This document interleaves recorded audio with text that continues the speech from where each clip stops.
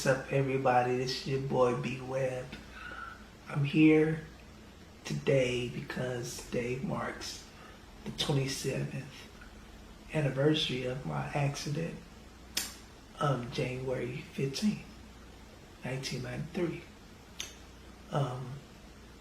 Here to tell my story, what happened to me while I'm in a wheelchair. So, days leading up to my accident, my mom was sitting on a porch and she said, I don't want you going to play with that boy anymore. I'm like, why? Why can't I go play with my friend? Because he lived right across the street from me.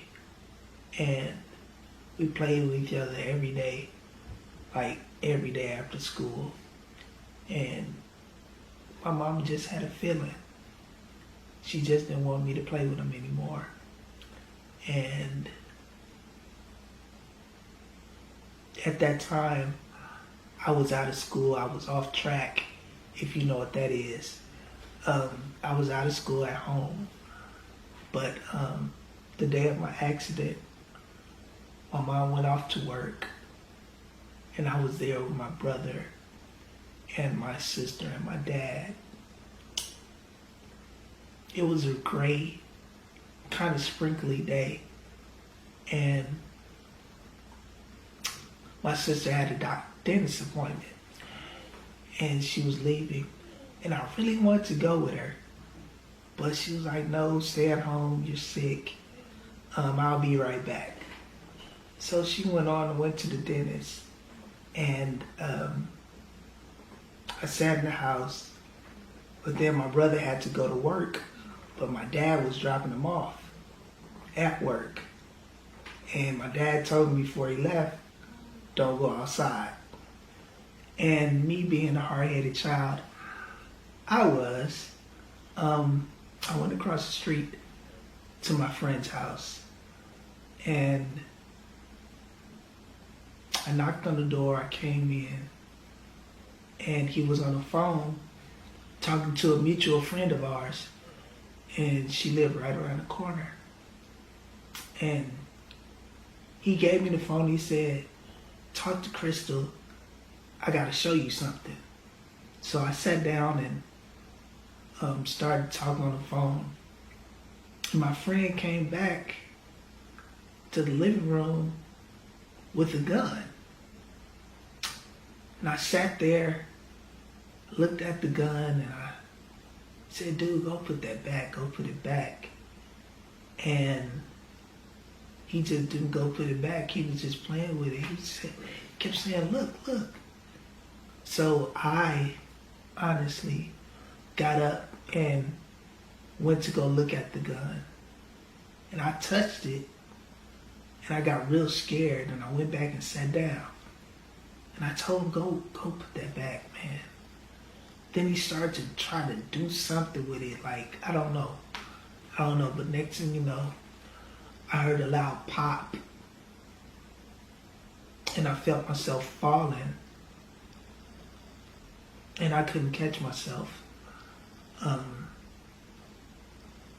It was ringing in my ear. I hit the floor. I couldn't feel my body. And I was so scared. And I couldn't talk. But I was crying. And my friend was hysterical. He was like, Brian, I'm sorry. Brian, please, are you okay? But I couldn't say anything. Because at that point, I didn't know my jaw was broken. But he ran outside to go to the next door neighbor's house. And the guy came over, and Sean told me it was a drive-by.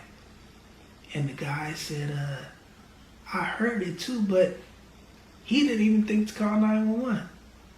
So he went back next door, I guess. And so Sean ran across the street to my house to get my dad. And my dad comes running over. He's hysterical, crying. Brian, what's wrong? Brian, what's wrong? He tried to pick my head up, told Sean to go get a towel, and he said call 911. And from there, at that point, I was on the floor, not knowing whether I was going to live or die, but at that moment, I was scared. And there was a lot of things going through my mind. One was that I hope I'm going to be okay before my mom finds out. Because I'm thinking it was just going to be go to the hospital, get out, and I'll be fine. Mama won't have to know about it. But no, that wasn't the case. Also, I laid there, and there was a show called Rescue 911 on TV, and all I could think about was the paramedics always told the people, just sit there and relax. Don't worry, you'll be fine. Don't worry, you'll be fine. And other thing was my friend had just shot me, I guess. But I wanted to forgive him.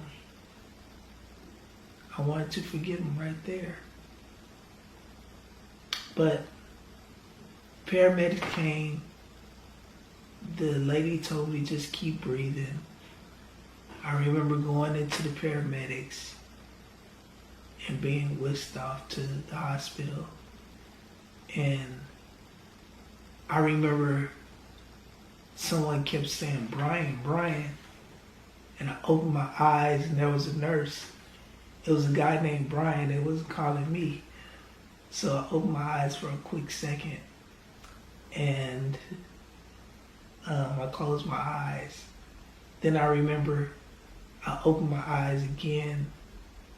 And I remember my mom standing at the foot of the bed with just tears in her eyes. I just felt I disappointed her, and I knew she was mad. And it was just so many emotions. I just couldn't look at her and I just closed my eyes again. And I remember the stories after that where people was just all in the hallways. It was so many people that came up to the hospital. And my mom just sat there while everybody was banging on walls and just, oh my God, Brian don't die and all this. And my mom just sat there and just said, he's gonna be okay. He's gonna be all right. And so from there, I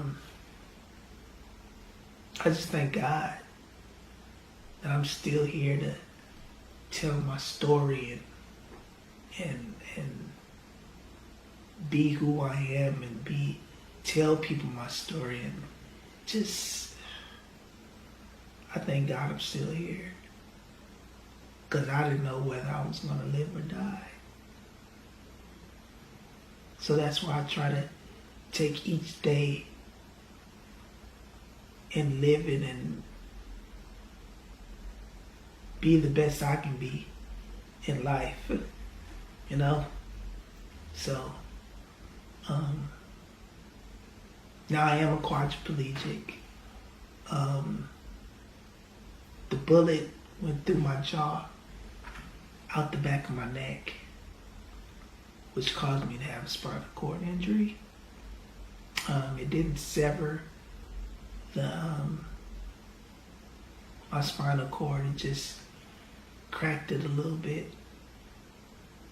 My level of injury is C4, C5. But yeah, that's why I'm here. I'm here to just encourage and inspire people. Been through a lot. You're gonna hear more stories about my life in the upcoming videos. So stay tuned and y'all be encouraged. You may go through some things in life and don't look like there's no way out.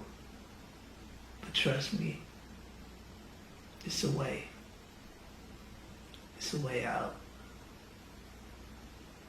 So listen, God bless y'all, and keep it positive. All right, peace.